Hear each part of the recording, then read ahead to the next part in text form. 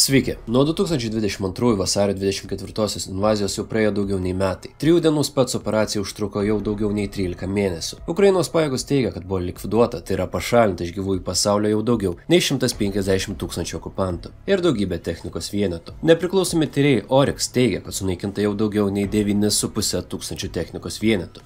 Ir čia tik tų, kuriuos galima patikrinti foto ir vaizdo medžiaga. Šiame video aptarsime svarbiausius įvykius nuo 2022 gruodžio iki 2023 kovo vidurio. Šis video paremtas viešai prieinamais šaltiniais, kuriuos galite rasti prisektame komentare ir patikrinti patys. Nuo gruodžio nebuvo jokių didelių pasikeitimų fronte. Vyko tebevykstantis mūšis dėl Bachmuto. Rusų pajėgos kartu su Liaudies Respublikomis vis bandė prasiveržti Avdyivkos, Marinkos, Bachmuto kryptimis. Jų progresas buvo lėtas ir kainavęs daugybę gyvybių. Ir kaip teigiama Bachmuto kryptimi, ant mėsos eina privačios karinės kompanijos Wagner pajėgos.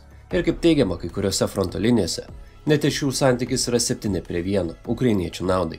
Jeigu tikėti interneto žmonėmis, miestas tuoj kris. Na, jau 9 mėnesius kaip krenta. Taip krenta, kad net Wagneriai prašo amunicijos. Gruodžio 1 Jungtinės valstijos pasirašė kontraktą su Raytheon, kad galėtų pagaminti Ukrainai 6 NASAMS oro gynybos sistemos vienetus. Prieš tai JAV parūpino 2 NASAMS oro gynybos sistemas, kurių efektyvumas anot amerikiečių buvo netoli 100%. Gruodžio 2 iš Ispanijos buvo gautos žadėtos Hawk oro gynybos sistemos, 4 vienetai. Prancūzai išsiuntė 4 LRU raketinės sistemas. Taip pat suteikė 100 milijonų eurų paskolą ir pažadėjo apmokyti apie 2000 Ukrainos karių. Vokiečiai taip pat pažadėjo nemažą ginklų, amunicijos ir kitų dalykų sąrašą. Kas svarbiausia, kad užsakė 2 Skynex oro gynybos sistemų kūrimą. Šios sistemos pasirodys Ukrainoje iki 2024. Gruodžio 3 pradėjo sklisti kalbos apie Irano-Rusijos bendradarbiavimo plėtimą. Iranas pažadėjo Rusijai suteikti apie 6000 Shahid dronų. ES susitarė dėl Rusijos naftos kainos limito. Gruodžio 21 Ukrainos prezidentas Zelenskis pasirodė JAV kongrese. Jis teigia, kad pagalba Ukrainai yra investicija į demokratiją, o ne labdara.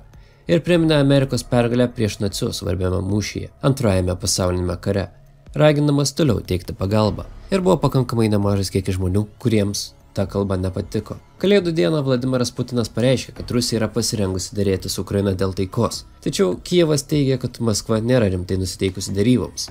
Ir teigia, kad jokių derybų nebus, kol nebus išvesti rusų kariai iš Ukrainos teritorijų. Taip pat Ukrainos netenkina Rusijos sąlygos pripažinti Rusijos okupuotas teritorijas kaip Rusijos dalį. Запад врал о мире, готовился к агрессии. И сегодня признается в этом уже не стесняясь, в открытую.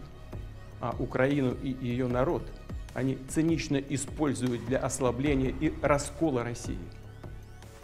Мы никогда и никому не позволяли и не позволим этого сделать. Sausio mėnesį pradėjo plisti pranešimai apie kinų teikiamą amuniciją rusams, sviedinius rusų pabūklams ir civilinius kinų dronus. Iš vakarų pusės atėjo pažadai apie modernius tankus, kurie mūšio lauke turėtų pasirodyti balandį, gegužę, birželį ir vėliau. Rusijos pajėgos papildytos mobikais pirmą kartą per kelis mėnesius pasiekė laimėjimą mūšio lauke ir užėmė miestą Soledarą, rytinėje Donecko provincijoje. Jos taip pat suteikė dėmesį strategiškai svarbų Bachmuto miestą, kuris šiuo metu yra labai svarbus ir dėl jo kaunasi paskutinius 9 mėnesius. Pat reikia paminėti ir tai, kad ir toliau vyksta TikToko karai. Rusai teigia, kad va žiūrėkit, kaip mes atstatėm Mariupolį. Jie teigia, kad dabar mieste pilna žmonių, jų gyvybei pavojaus nebėra. Kaip visada, kad ukrainiečiai šaudė į savus. O dabar žiūrėkite, kiek žmonių dėkoja rusams, kad va grąžino tvarką į miestą. Rusų medija taip pat teigia, kad sunaikino daugiau technikos nei ukrainiečiai gavo. Ir photoshopino kelis vaizdus, kaip va žiūrėkit, kaip rusai įmo Leopardo tankus. Ir šūdas tie Leopardai.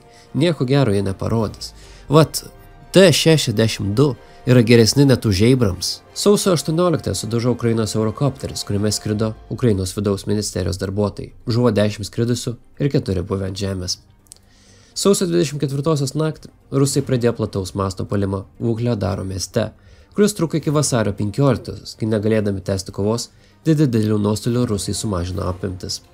Kaip teigiama, tai buvo vieni didžiausių technikos nuostolių, kurios rusai patyrė vieno mūšio metu. Puolimo per plyną lauko metu rusai nuo artilerijos dronų ir prieštankinių pabūklų prarado daugiau nei 130 technikos vienetų, iš kurių bent 35 tankai. Po kelias savaitės trukusių geopolitinių ginčų sausio 25 įvyko svarbus momentas.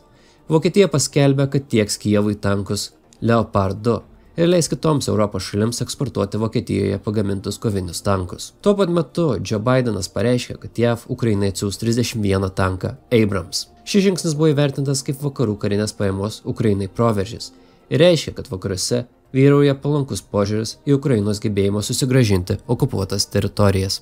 Vasarį rusai pradėjo didinti apsukas, tačiau nelabai sėkmingai. Prezidentas Zelenskis teigia, kad Rusijos puolimas rytuose ir pietuose yra dalis strategijos, kurią siekiama laimėti prieš Kijevui gaunant tankus ir kitas sunkiai ginkluotę iš savo sąjungininkų. NATO taip pat pradėjo svarstyti dėl naikintuvų ir ilgojo nuotolio raketų. Vasario 9-ąją Elonas Muskas ir jo firma SpaceX atjungė interneto tiekimą Ukrainos dronams.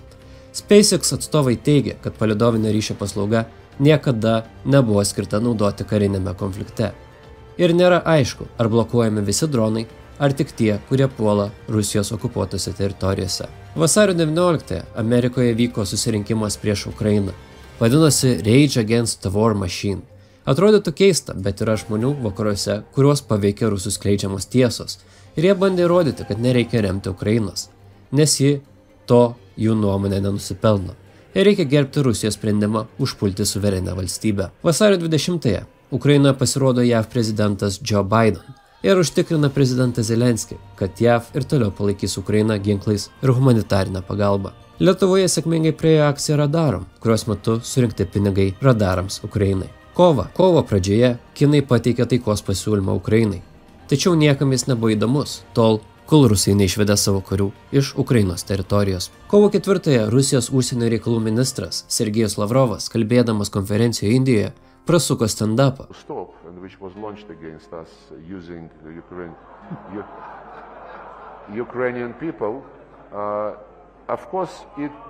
Ir pareiškė, kad Ukraina visgi užpuolė Rusiją. Ir liko biškį nesusipratęs, gerai priėmė publiką ar ne. Kovo 17-ąją Tarptautinis kriminalinis teismas ICC išdavė 2 asmenų arešto orderius dėl padėties Ukrainoje. Vladimirui Vladimirovičiui Putinui ir Marijai Lvovai Belovai, moterį, kuri susijusi su Ukrainos vaikų grobimu. Kovo 19-ąją Putinas apsilankė Rusijos okupuotame Mariupolyje. Žinoma, viskas vyko tamsiu paros metu, kad nesimatytų ant kiek sugriautas miestas. Ir kad Putinas galėtų pareiškti, kad viskas eina pagal planą. Nes viskas eina pagal planą. Kovo 20-ąją atvyko Putino šeimininkas Xi Jinpingas. Pekinas šį vizitą pavadino taikos kelione, kurios metu Xi turėjo konstruktyviai prisidėti prie taikos derybų skatinimo dėl karo Ukrainoje. Pirmadienį nusileidęs Maskvoje, Xi teigia, kad Kinija yra pasiryžusi toliau bendradarbiauti su Rusija, kad tvirtai užtikrintų tarptautinę tvarką.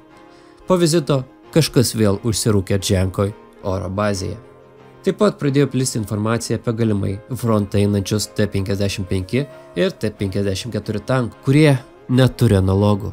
Kaip sakoma, net analogov v mire, šūdas tie Abramsai. Kol kas Ukrainoje karas tęsiasi ir jūs galite prisidėti prie Ukrainos paramos per tokius fondus kaip Come Back Alive ir Blue Yellow. Su jumis buvo aš Noelis. Ačiū, kad žiūrėjote ir iki kito karto.